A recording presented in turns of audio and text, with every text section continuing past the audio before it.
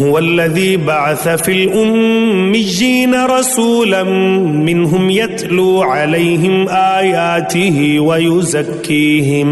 ويزكيهم ويعلمهم الكتاب والحكمة وإن كانوا من قبل لفي ضلال مبين. وہی اللہ ہے جس نے ان پڑھ لوگوں میں انہی میں سے ایک عظمت والے رسول صلی اللہ علیہ وآلہ وسلم کو بھیجا جو ان پر اس اللہ کی آیات تلاوت کرتے ہیں اور ان کا تزکیہ کرتے ہیں اور انہیں کتاب اور حکمت کی تعلیم دیتے ہیں، جبکہ اس سے پہلے وہ لوگ یقیناً کھلی گمراہی میں تھے. الذی بعث فی الأمیین رسولا منہم.